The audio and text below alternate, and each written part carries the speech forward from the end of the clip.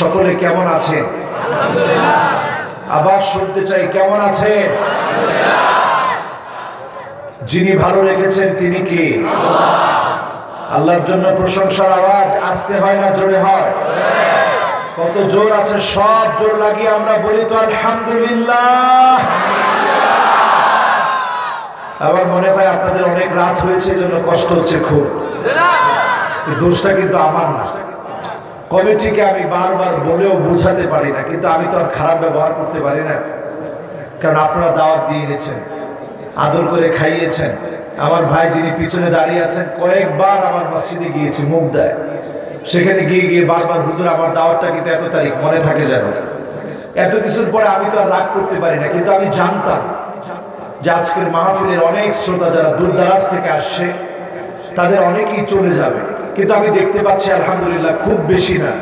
যারা এলাকার কিছু আছে অতি ঘুমে নিমজ্জিত হতে চায় তারা কিন্তু অনেকে চলে গেছে। দূর দারাজ থেকে যারা এসেছেন আপনারা কিন্তু এখনো বসা আছেন।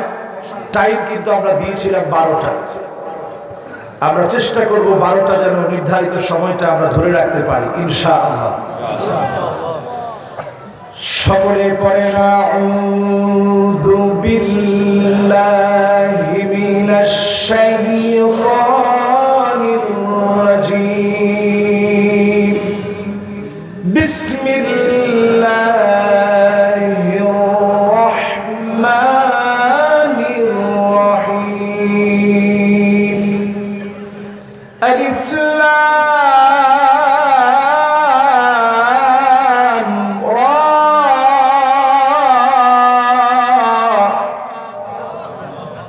কিতাবুন আনজালনাহু ইলাইকা লিতুখরিজান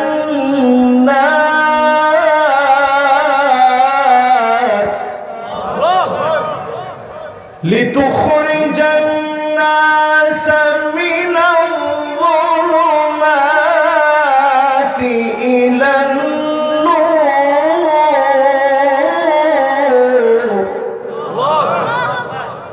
بإذن ربهم إلى صراط العزيز الحميد।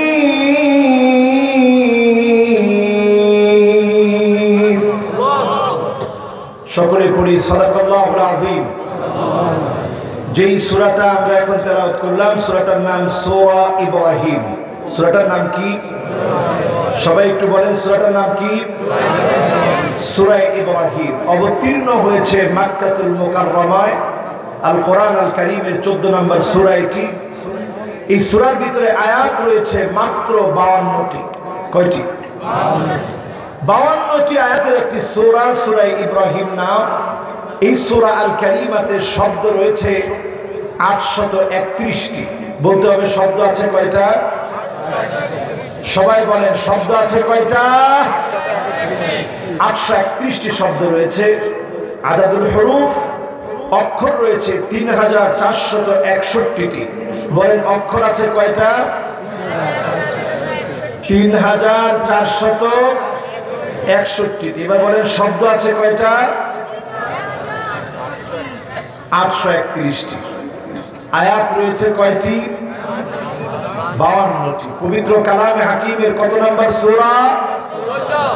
বলেন শব্দ আছে কয়টা? 831। আপনারা এই মার্কার শ্রোতা হলে আমার খুব কষ্ট লাগবে। শ্রোতা হতে হবে একেবারে একের শ্রোতা। একের শ্রোতা হতে হলে ছোট বাচ্চারা কথা একটু কম বলতে হবে, তোমরা শুনতে হবে এখানে। না অসুবিধা নেই, ছোটরা কথা না বললে তো মাহফিলের সৌন্দর্য থাকবে না, তারা মুখস্থ করবে। বড় এবার তোমরা শব্দ আছে এই সূরার ভিতরে কয়টা? আপনারা সবাই মনে হয় আমার আলোচনা বুঝতেছেন না। বোঝা যাচ্ছে? বেশি বোঝা যান না মনে হয়। আজকে শ্রোতা রাত 11টা বেজে গেছে, তো আসলে এই টাইমে আমি মূলত মাহফিল ছেড়ে দিই, কিন্তু আপনাদের এখানে আমি এসেছি আগে, তখনই যদি আমি বসতে পারতাম তাইলে হয়তো আলোচনাটা করে আমার কাছে ভালো লাগতো। এখন অনেক রাত, 2 জন করে উঠবে আর আমার কাছে মনে হবে যে আমি আলোচনাটা বোঝাতে পারতেছি না। আচ্ছা বলেন শব্দ আছে কয়টা? মাশাআল্লাহ। এবার বলেন অক্ষর আছে কয়টা? 3461। এবার সবার মোবাইল বন্ধ আছে তো? দেখে নেন, সবার মোবাইল বন্ধ থাকবে, বিশেষ করে যারা স্টেজে আছেন মোবাইল বন্ধ। আয়াত আছে কয়টি? মাশাআল্লাহ। শব্দ আছে কয়টি? এবার বলেন অক্ষর আছে কয়টি? মাশাআল্লাহ। এবার একটা সুন্দর পরিবেশ সৃষ্টি হয়েছে। আমরা প্রশংসায় আবার পড়ি আলহামদুলিল্লাহ। নবীজির নামে মন ভরে প্রাণ খুলে হৃদয় মহব্বত একত্রিত করে পড়ি মুহাম্মাদুর রাসূলুল্লাহ সাল্লাল্লাহু আলাইহি ওয়াসাল্লাম। আল্লাহ রাব্বুল আলামিন আল কোরআন আল কারীমের ভিতরে একটি নয়, দুইটি নয়, 29টি সূরা শুরুতে আল্লাহ রাব্বুল আলামিন চ্যালেঞ্জ ছুড়ে দিলেন। আল্লাহ তাআলা কখনো নাজিল করলেন আলিফ লাম মিম,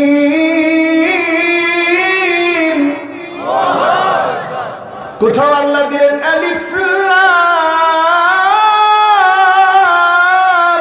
রা, কোথাও আল্লাহ দিলেন হামিম। আল্লাহ রাব্বুল আলামিন এইভাবে করে 29টা সূরার শুরুতে এমন চ্যালেঞ্জ আল্লাহ ছুড়ে দিলেন, আরবের সাহিত্যিকরা অবাক হয়ে গেল। আলিফ লাম মিমের অর্থ কি হবে? আলিফ লাম রা এর অর্থ কি হবে? হামিমের অর্থ কি হবে? ইয়াসিনের অর্থ কি হবে? বিচ্ছিন্ন বিচ্ছিন্ন কাটা কাটা অক্ষরগুলোকে দিয়ে 29টা সূরা শুরুতে যিনি চ্যালেঞ্জ করলেন তিনি কে? আল্লাহ। সেই 29টা সূরার একটি সূরার নাম হচ্ছে সূরা ইব্রাহিম। বলেন সূরাটার নাম কি? ইব্রাহিম আলাইহিস সালাতু ওয়াস সালামের সাথে আমাদের সাথে সম্পর্ক কি? সবাই বলেন কি? ইব্রাহিম আলাইহিস সালামের নামে আল্লাহ সূরা নাযিল করলেন। শুরুতে আল্লাহ রাব্বুল আলামিন চ্যালেঞ্জ দিন কাফেরদেরকে মুখ বন্ধ করে দিয়ে আল্লাহ তাআলা জানায় দিচ্ছেন কিতাবুন আনজালনাহু ইলাইকা লিতুখরিজান নাস। এমন কিতাব আল্লাহ নাযিল করেছেন যেই কিতাব মানুষগুলোকে বের করে আনবে, আগেও বের করে এনেছেন, এখনো বের করে আনবে। আজকে থেকে যদি আপনি সিদ্ধান্ত নেন লিতুখরিজান নাস মিনাজ-যুলুমাতি ইলান নূর, অন্ধকারগুলো ছেড়ে দিবে, আলোর দিকে আসবে। কিতাব যদি মানেন, মুহূর্তে যিনি আলোর দিকে নিয়ে আসবেন তিনি কে? আল্লাহ। এখান থেকে এখন গুনে গুনে আমরা 4টা নসিহত শুরুতে আপনাদের জন্য পেশ করতে চাই। কয়টা? কষ্ট হচ্ছে আপনাদের? সবাই বলেন কয়টা? শব্দ জানি কয়টা আছে? মাশাআল্লাহ। এবার মনে হচ্ছে শ্রোতারা একটু লাইনে চলে আসছে। আর আমি একটু পিছনে তাকায় দেখেন, একজনের পা অসুস্থ, অসুস্থ পা নিয়ে পর্যন্ত মাহফিলে এসেছে। আল্লাহ ওনারে কবুল করুক। করে না চিন্তা করছেন? যিনি অসুস্থ অবস্থায় এসেছে, সুস্থতার নিয়ামত যিনি আমাদেরকে দিয়েছেন তিনি কি? আল্লাহ। নি'মাতান মাকবুনুন ফীহিমা কাসীরুম মিনান নাস, অধিকাংশ মানুষ 2টা নিয়ামত থেকে বঞ্চিত। 2টা নিয়ামত অধিকাংশ মানুষ পায় না। 1 নম্বর নিয়ামত আস-সিহ্হা, সুস্থতা যদি আপনি পেয়ে থাকেন প্রতি মুহূর্ত শুকরিয়া আদায় করবেন যিনি আপনাকে সুস্থ রাখবেন তিনি কে? আল্লাহ। 2 নম্বর আরেকটা নিয়ামত হচ্ছে আল-ফারাগ, আপনি যখন অবসর সময় পাবেন তখন আপনি সময়টাকে কাজে লাগান। মনে মনে চিন্তা করেন এই অবসরটুকুনকে কাজে লাগালে যিনি আপনাকে সামনের দিনে অবসর সময় না থাকতে পারে, ব্যস্ততা চলে আসবে, ওই ব্যস্ততা আসার আগে অবসরটাকে আপনি ইবাদতের মধ্য দিয়ে কাটান। যিনি আপনাকে অচিরেই নিয়ামত দান করবেন তিনি কে? চারটা নসিহত আমার ভাইরা। এক নম্বর নসিহত হলো মান আরাদা সাহিবাহু ফাল্লাহু ইয়াকফি। আপনি আমি যদি বন্ধু খুঁজি, আপনি আমি যদি বন্ধু বানাতে চাই, অন্য কাউকে বন্ধু বানানোর দরকার নাই। একজনকে বন্ধু মনে করবেন যিনি আমার আপনার সবচাইতে নিকটে, সবচাইতে কাছে, তিনি কে? যদি আল্লাহকে বন্ধু বানায় নিতে পারেন, এই মাহফিল থেকে খেয়াল করে নিয়ে যাবে, যখন সমুদ্রের ভিতরে আমরা বিপদে পড়ে যাই, নদী পথে ভ্রমণ করতে গিয়ে বিপদে পড়ে গেলাম, ধরে নেন করোনাকালীন সময়ে যখন আমরা বিপদে ছিলাম, সবাই মুখে মুখে যার নাম উচ্চারণ করেছি তিনি কে? وَإِذَا غَشِيَهُم مَّوْجٌ كَالظُّلَلِ دَعَوُا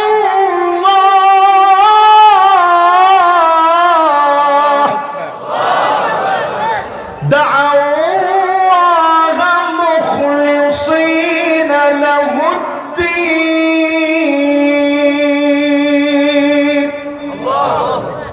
যখন আমরা বিপদে পড়ে যাই, মুসিবতে পড়ে যাই, টেনশনের ভিতরে পড়ে যায়, অন্য কোন মালিকের নাম মনে হয় না, যার নাম মনে হয়ে যায় তিনি কে? উরওয়া ইবনে যুবাইর একজন বিশিষ্ট তাবী ছিলেন।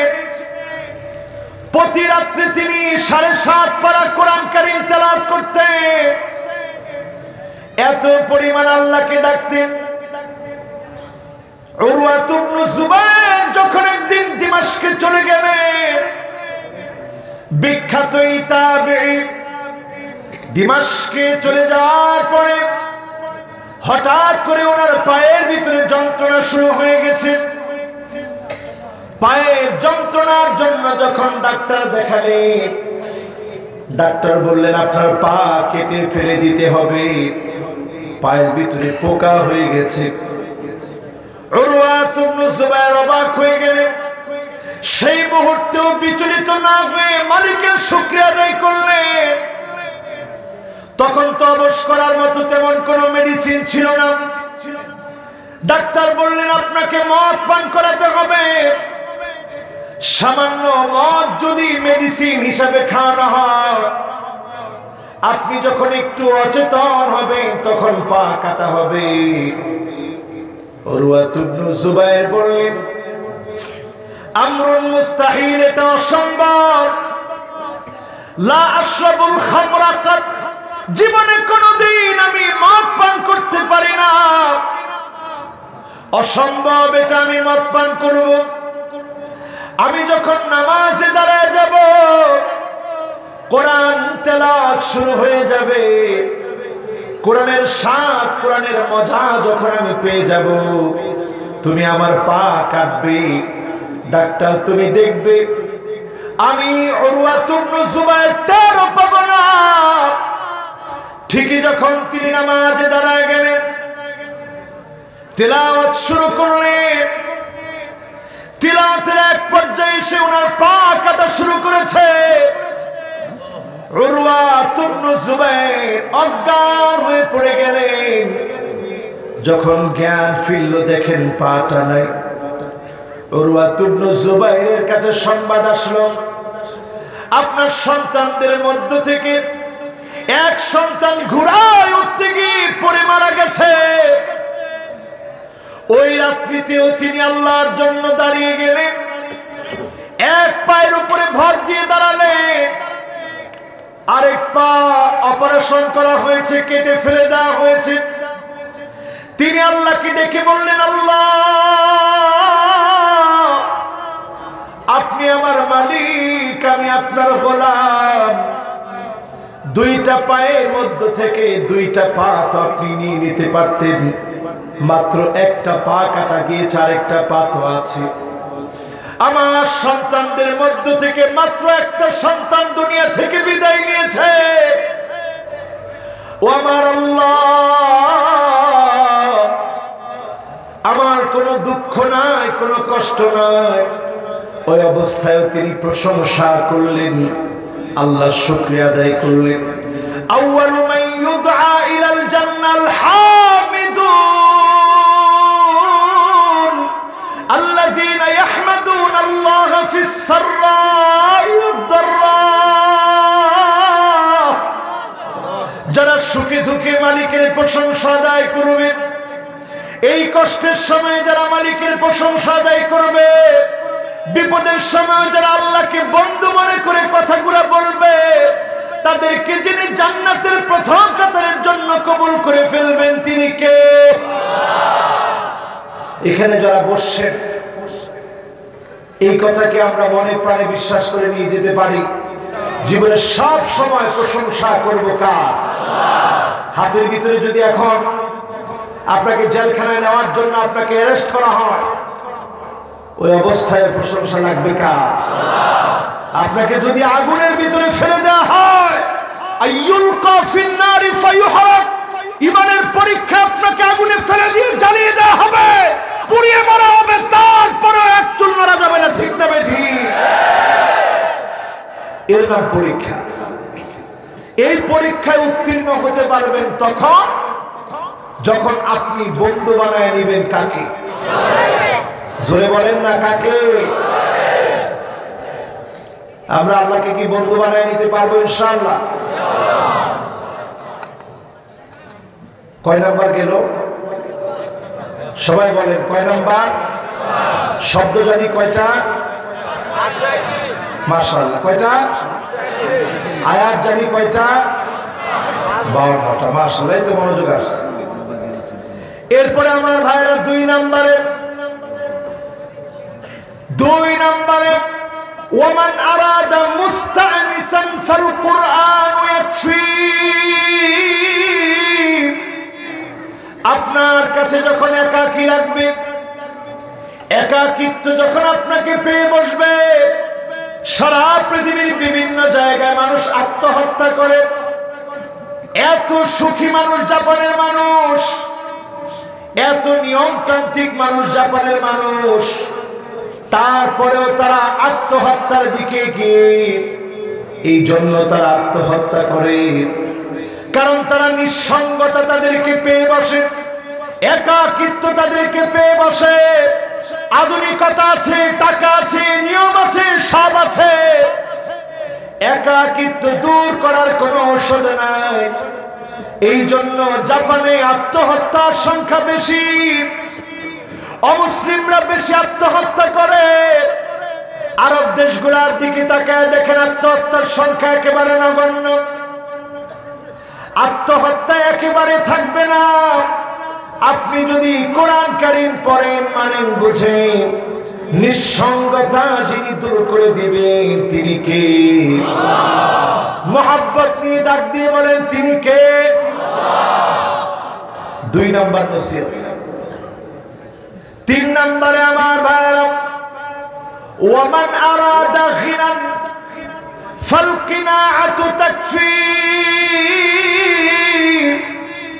আপনি আমি যদি ধনী হতে চাই, অল্পে তুষ্ট হয়ে যান, যিনি আপনাকে আমাকে ধনী বানায় দিবেন তিনি কে? এমন লোক আমার ক্ষুদ্র জীবনে দেখেছি, হাজার হাজার কোটি টাকা, কিন্তু খাওয়ার লোক না। এমন লোক আমার জীবনে দেখেছি, টাকার অভাব তার নাই, কিন্তু সন্তান হাতের ভিতরে একটা কাগজ নিয়ে রাখে। আমি একদিন প্রশ্ন করলাম, ভাই আপনার সন্তান তো কিছু বলতে পারে না, তার হাতে শুধু একটা কাগজ থাকে, কিন্তু কেন? তিনি বললেন, সারা জীবন আমি টাকার দিকে তাকিয়েছিলাম, আমার সন্তান এখন কাগজের দিকে তাকায় থাকে। চিন্তা করেন মুসলমান, অল্প তুষ্ট হন, যিনি আপনাকে ধনী বানায় দিবেন তিনি কি? আমার রাসূল অল্প এত তুষ্ট ছিলেন। লাউ আরাদতু, নবীজির মনটা যদি শুধু চাইতো, মুখে বলা দরকার ছিল না, লাসারাল উহুদ যাহাবা, গোটা উহুদ পাহাড়টা যিনি নবীজির জন্য স্বর্ণ বানায় দিতেন তিনি কে? কিন্তু নবী চান নাই। ঘুম থেকে জেগেছেন, পিঠের মধ্যে চাটায় দাগ পড়ে গেছে, লাল হয়ে গেছে পিঠটা। ওমরে ফারুক রাদিয়াল্লাহু তাআলা আনহু দেখে কেঁদে ফেলেছেন, ইয়া রাসূলুল্লাহ, আপনার পিঠের ভিতরে চাটায় দাগ পড়ে গেছে, আপনি রাহমাতুল লিল আলামিন, জগতের এত বড় সম্মান ইজ্জত আল্লাহ আপনাকে দিয়েছে, আপনি এত কষ্ট কেন করবেন? নবীজি এত কষ্ট কাদের জন্য করেছে? সবাই বলেন কাদের জন্য? সেই উম্মতের জন্য তিনি একটা কিতাব নিয়ে এসেছেন, যেই কিতাব আমাদেরকে অন্ধকার সমূহ থেকে আলোর দিকে নিয়ে আসবে। চতুর্থ নাম্বার নসিহতটা আগে শুনি।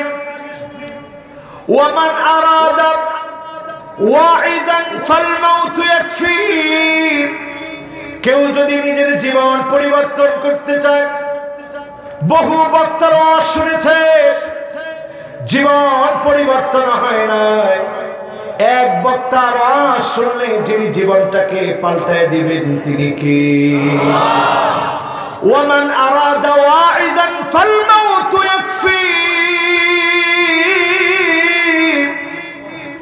মৌত নামক বক্তার ওয়াজ শুনে, মৃত্যু নামক বক্তার ওয়াজ শুনে মরণ থেকে পালাও তুমি, মরণ তোমায় লইবে ঘিরি। যদিও সুদূর আকাশ পানে লুকাও হেথায় লাগিয়ে সিঁড়ি, এ মহারোগের ঔষধ নাই, চিকিৎসা নাই ধরাতে, কাঁদিয়া কাতর হইলে কি হবে, পারিবে না তারে ফিরাতে। যে কোনো মুহূর্তে মৃত্যু চলে আসতে পারে, এখান থেকে আমরা অনেকেই শিক্ষা নেই না। এই পৃথিবীর যত আস্তিক যত নাস্তিক একটা বিষয় একমত, একটা বিষয়ের কথা বললাম। এক নম্বরে আল্লাহকে বন্ধু বানান নাই, দুই নম্বরে কোরআনকে সঙ্গী বানান নাই, তিন নম্বরে অল্পে তুষ্ট হন নাই, চার নম্বরে আপনি মৃত্যু থেকে শিক্ষা নেন নাই। জাহান্নামের আগুন আপনাকে সোজা বানায় দিবে, জাহান্নামের আগুন আপনার ঠিকানা হবে, ঠিক না বেঠিক? এখন যারা আমরা এখানে বসা আছি, সিদ্ধান্ত নেন আজ থেকে আমাদের যিনি সবচেয়ে কাছের বন্ধু তিনি কে? আমার রব তিনি কে? আমার মালিক তিনি কে? কিভাবে এটা অন্তরের ভিতরে বসাবে? এইভাবে বসাবে, আল্লাহ নিজে একটা চুক্তি করলেন আমার আপনার সঙ্গে, ওয়াহিদাতুল লি ওয়া ওয়াহিদাতুল লাক ওয়াহিদাতুন বাইনি ওয়া বাইনাক। গোলাম তুই শুধু আমি আল্লাহর ইবাদত করবি, শিরিক করবি না আমার সঙ্গে, আর তোর জীবন ভর কাজ হবে আল মাসআলাতু ওয়াদ দুআ। শুধু আমি আল্লাহর কাছে চাবি, আল্লাহর কাছে ফরিয়াদ করবি, আল ইজাবাতু ওয়াল আতা। তোর ডাকে যিনি সাড়া দিয়ে দোয়াগুলা কবুল করবে তিনি কে? এখন অনেকেই মনে মনে চিন্তা করবেন, হুজুর এত মানুষের মনের চাহিদা আল্লাহ কিভাবে পুরা করবে? আল্লাহর ভান্ডার ছোট না বড়? কষ্ট হয়ে যাচ্ছে আপনাদের? আর 15টা মিনিট একটু কষ্ট দিই, কষ্ট হবে না তো? থাকবেন তো ইনশাআল্লাহ?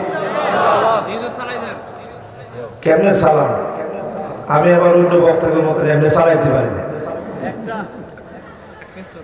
জোরে আল্লাহকে একটু ডাকতেন, বলেন আল্লাহু আকবার। কারণ আমি বড় আশা নিয়ে মাহফিলে আসি, আশাটা ব্যাহত হলে আমার মনটা খারাপ হয়ে যায়, এটা স্বাভাবিক। এখনো যারা পিছনে দাঁড়ায় আছেন ভলান্টিয়াররা, আপনারা এসে বসে যান, কথা বলা যাবে না। আমার চোখটা আবার যেখানে ডিস্টার্ব ওইখানে গিয়ে পড়ে বেশি। ঠিক আছে, আর যেহেতু 15 মিনিট আছে, আমরা 15 মিনিটে অল্প স্বল্প কথার মধ্য দিয়ে শেষ করি। সকলে একটু বলেন তো দেখি, শব্দ কয়টা, অক্ষর কয়টা? মাশাআল্লাহ। আয়াত আছে কয়টা? এবার আসেন আমার ভাইরা যারা সামনে বসা আছে, এই পৃথিবীর দিকে তাকায় দেখে কিতাবুন আনজালনাহু ইলাইকা লিতুখরিজান নাস মিনাজ যুলুমাতি ইলান নূর। অন্ধকার সমূহ থেকে যিনি আলোর দিকে আমাদেরকে নিতে চান তিনি কি? আল্লাহ। অন্ধকার একটা দুইটা না, এক নাম্বার অন্ধকার হচ্ছে শিরকের পথ। এখন মুশরিকের সংখ্যা আমাদের সমাজের ভিতরে কম না বেশি? আছে না অনেকে? গতদিন দেখি এক মুশরিক বলতেছে আকাশ জমিনও নাকি তার বাবার কথা শুনে। জোরে কোন নাউজুবিল্লাহ। আচ্ছা, আকাশ জমিন কথা শুনে কার? জোরে চিল্লায় বলেন কার? দেব দেবতাও নাকি তার বাবার কথা শুনে। বলেন সব কথা শুনে কার? আমরা এমন বোকা মানুষ হয়েছি, চুরি করি গোপনে, ঘুষ খাই গোপনে, জেনা করে গোপনে, পাপাচার করে গোপনে, শুধুমাত্র কেবলমাত্র আল্লাহর গোলামেরা শিরিক করে প্রকাশ্যে। ঠিক না? এই জন্য আমার আল্লাহ রাব্বুল আলামিন জানাচ্ছেন ইন্নাশ শিরকা লাযুলমুন আযীম।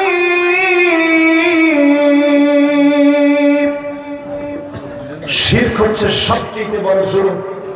মেহেরবানি করে বাবারা কথা বলা যাবে না। হ্যাঁ, এটা আমি বলতে চাইনি।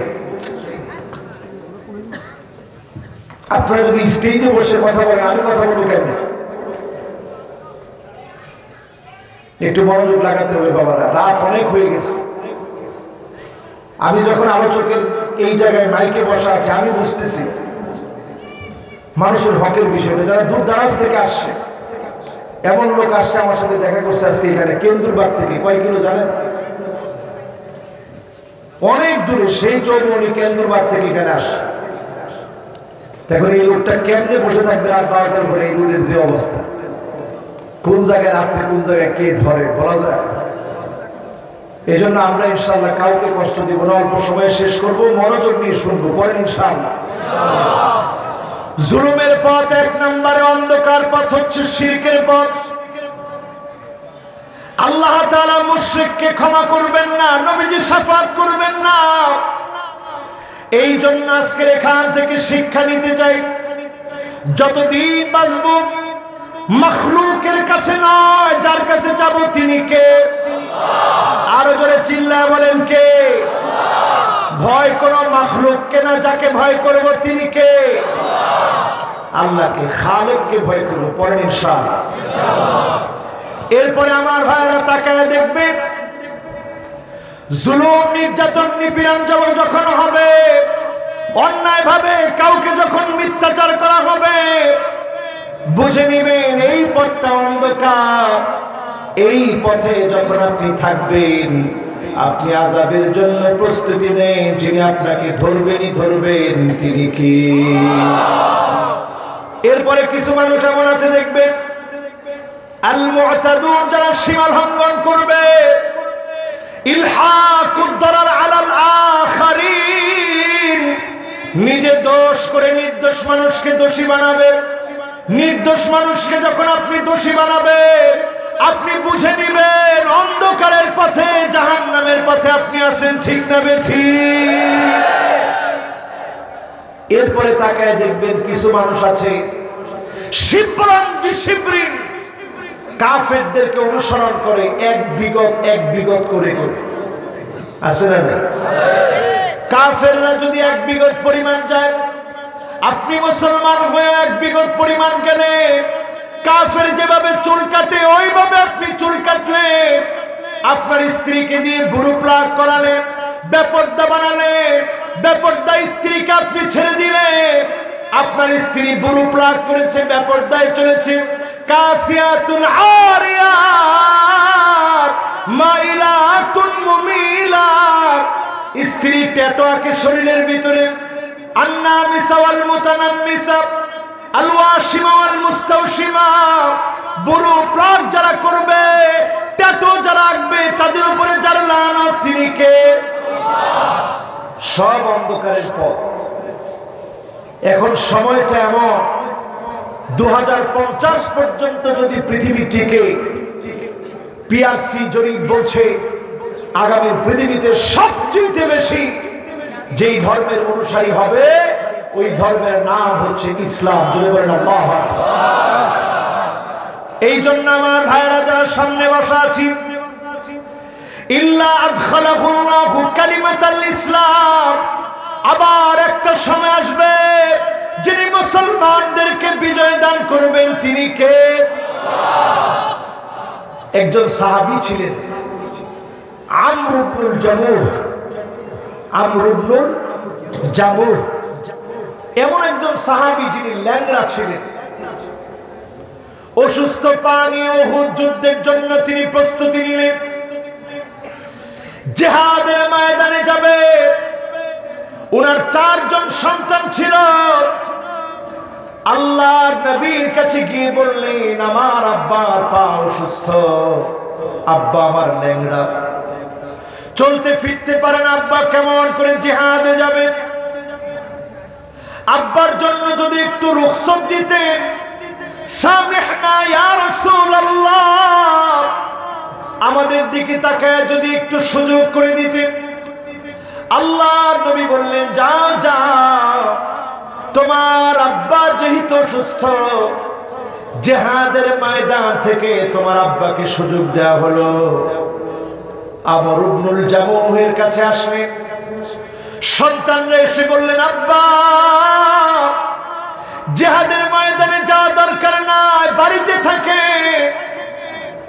আল্লাহ আপনাকে সুযোগ দিয়েছে, আল্লাহ রাসূল সুযোগ দিয়েছে। লা ইউকাল্লিফুল্লাহু নাফসান ইল্লা উসাহা, সাধ্যের বাইরে কারো উপরে কোনো কিছু চাপায় দেওয়া হয় না, কারো উপরে কোনো বোঝা ইসলাম চাপায় দেয় না। ঘরের মধ্যে আপনি থাকেন। আমর ইবনুল জামুহ আল্লাহর নবীর কাছে হাজির হলে সামনে গিয়ে কেঁদে ফেললেন, ইয়া রাসূলুল্লাহ, আমার বড় মন চায় উহুদ প্রান্তে আমি আমর ইবনুল জামুহ চলে যাই, প্রাণান্ত করে লড়াই করি। আমার পা অসুস্থ, আমার হাত দিয়ে আমি লড়াই করি। এই লড়াইয়ের পরে আমি শহীদ হয়ে যাই, আল্লাহর জান্নাতের মধ্যে প্রতিদান কামনা করি, আল্লাহর জান্নাতের মালিক হওয়ার স্বপ্ন দেখি। পড়েন আল্লাহু আকবার। চিন্তা করেন, যাদের পা আছে সেই পাওয়ালা সুস্থ সবল মানুষগুলোর কথা চিন্তা করে,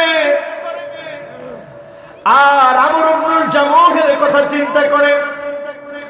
নবীজি বললেন, সাহাবী যাও, তুমি ঘরে চলে যাও, আল্লাহ তোমাকে ধরবে না। 2টা পা তোমার অসুস্থ পা, 2টা নিয়ে কেমন করে জিহাদের ময়দানে যাবে? আমর ইবনুল জামুহ এই 2টা অসুস্থ পা নিয়ে খুরাতে খুরাতে জিহাদের ময়দানে নবীজির অনুমতি নিয়ে গেলে, হেছড়ি হেছড়ি জিহাদের ময়দানে কষ্ট করে লড়াই করলেন। একটা পর্যায়ে নিথর দেহ, শহীদ দেহ নিথর হয়ে পড়ে রইল উহুদ প্রান্তে। নবীজি আমর ইবনুল জামুহের দিকে তাকালেন, মুক্তার দানার মতো চোখের পানিগুলা জর জর করে ছেড়ে দিলে। সাহাবীরা বললেন, ইয়া রাসূলুল্লাহ, আপনার চোখে পানি কেন? আল্লাহর নবী বললেন, সাহাবীরা এই জন্য আমি কাঁদি, আমার আমর ইবনুল জামুহ অসুস্থ, পানি খোঁড়া হয়ে জিহাদের ময়দানের প্রাণান্ত করে লড়াই ছাড়ে না। সন্তানরা বুঝিয়েছিল, আমি নবী বুঝিয়েছি, একবারের জন্য দূরে থাকে না। আমার সাহাবী চলে এসেছে, তার জীবনটা আল্লাহর জন্য দিয়েছে। একটা ফোঁটা রক্ত যদি আল্লাহর জমিনে দিন কায়েমের জন্য, শহীদের এক ফোঁটা রক্ত যদি জমিনে পড়ে, আউয়ালু কাতরাতিন মিন দামিহি, শহীদের গুনাহ মাফ করে জান্নাতের জায়গা শহীদকে আল্লাহ দেখায় দেয়। বলেন আল্লাহু আকবার। আজকে কাফেরদের মিডিয়াগুলোর কারণে জিহাদকে এখন উগ্রবাদ বলা হচ্ছে। কাফেরদের মিডিয়ার কারণে আমার ছেলেরা ইসলামের জন্য প্রাণান্ত করে লড়াই করার কথা এখন ভুলে গিয়েছে। ঠিক না বেঠিক? আজকে আমরা ফেসবুক নিয়ে আছি, আজকে আমরা টুইটার নিয়ে আছি, আজকে আমরা লাইকি নিয়ে আছি। ও মুসলমান, একটা বাড়ির দিকে তাকায় দেখে কাফেররা কি পরিমাণ আমার ভাইগুলাকে মারছে। 2011 সাল থেকে সিরিয়াকে আক্রমণ করছে, আজ 2021 চলতেছে, ফেব্রুয়ারির 22 তারিখ চলছে। 10টা বছর ধরে মুসলমানদেরকে তারা মারছে। ফিলিস্তিনের দিকে তাকায় দেখেন মুসলমানদেরকে মারছে। ইরাকের দিকে তাকায় দেখেন তছনছ করে শেষ করে দিয়েছে। কাশ্মীরের দিকে তাকায় দেখেন মুসলমানকে শেষ করে দিয়েছে। আমার ভাইরা, উইগুরের মুসলমানদের দিকে তাকায় দেখেন, যেই মুসলমানদেরকে 18 বছরের আগে মসজিদে যেতে দেয় না, বন্দীদেরকে গণধর্ষণ করে আমার মা বোনদেরকে বন্দা বানায় ফেলে যাতে করে মুসলমানের সন্তান দুনিয়াতে না আসে। নারীদেরকে বন্দা বানানো হয় জোরপূর্বক। আপনি আমি যদি মনে করি বাংলাদেশে আমরা অনেক ভালো আছি, অনেক অন্ধকারের ভিতরে এখন আপনি আছে, কাফেরদের চক্রান্তের জালের ভিতরে আপনি আছে। এই জাল যদি ছিন্ন করতে না পারে, সামনের দিনে ভাগ্য খারাপ হতে পারে। সিরিয়ার মতো আমরা মাজলুম হতে পারি। ঠিক না বেঠিক? সুতরাং আমার ভাইরা, এখান থেকে শিক্ষা নেন, ঘটনাগুলা থেকে শিক্ষা নেন। যেই দেশগুলোর নাম বলেছি, তুর্কিস্তান, তুর্কমেনিস্তান, উজবেকিস্তান, কিরগিজস্তান, হাজার হাজার লাখ আলেমের দেশ। সোভিয়েত ইউনিয়নের ভাঙনের ফলে টুকরা টুকরা হয়ে গেছে, চক্রান্ত করে বিচ্ছিন্ন করে দিয়েছে দেশগুলোকে। হাফেজে হাদিসদের দেশ, মুহাদ্দিসদের দেশ, মুফাসসিরদের দেশ, মুআররিখ, ইসলামের ইতিহাসবেত্তাদের দেশ। ওই দেশগুলোকে তছনছ করে দেওয়া হয়েছে। আলেমরা যখন হক কথা বলা বন্ধ করেছে, ওই সব দেশ থেকে যিনি নিয়ামত ছিনিয়ে নিয়েছেন তিনি কে? আমার ভাইরা, দরদ নিয়ে আজকে বলতেছি, গভীর রাতে প্রতিটা দিন যখন মাহফিলের এই চেয়ারটাতে বসি, কে কি মনে করে জানি না, কিন্তু আমি আজহারি মনে করি এটা আমার জীবনের শেষ মাহফিল হতে পারে। এই একটা মাহফিল যদি আল্লাহর কাছে গিয়ে অন্তত বলতে পারি, আল্লাহ আমি যতটুকু জেনেছি মেসেজগুলো আল্লাহ আপনার পছন্দের গোলামদের কাছে দেওয়ার চেষ্টা করেছি, আজকের রাতে তো আমার জীবনের শেষ রাত হতে পারে। এমন হতে পারে আর কোনোদিন আমি মাহফিল করতে পারবো না। এই একটা রাতের শেষ কথাগুলো যদি আমার আপনার জীবনটাকে পরিবর্তন করে দেয়, এই একটা মাহফিল আমার জন্য যদি আল্লাহ নাজাতের জন্য কবুল করে, এর চাইতে বড় চাওয়া পাওয়ার কিছু হতে পারে। যারা আমার সামনে বসে আছেন চিন্তা করবেন, অন্ধকারের ভিতরে এখন আমরা আছি। এত বড় অন্ধকার, বারবার গুনাহ হয়ে যাচ্ছে, অন্তরের ভিতরে কালা কালা দাগ পড়ে যাচ্ছে।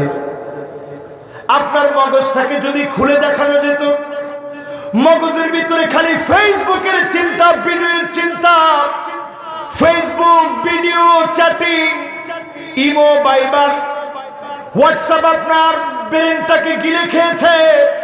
একটা বার যদি আপনি কোরআনটাকে আপনার ব্রেনের ভিতরে ইনস্টল করতে পারতেন, কোরআনটাকে দিয়ে যদি সাজাতে পারতেন, যিনি আপনার গোটা জীবনটাকে পরিবর্তন করে দিতেন তিনি কে?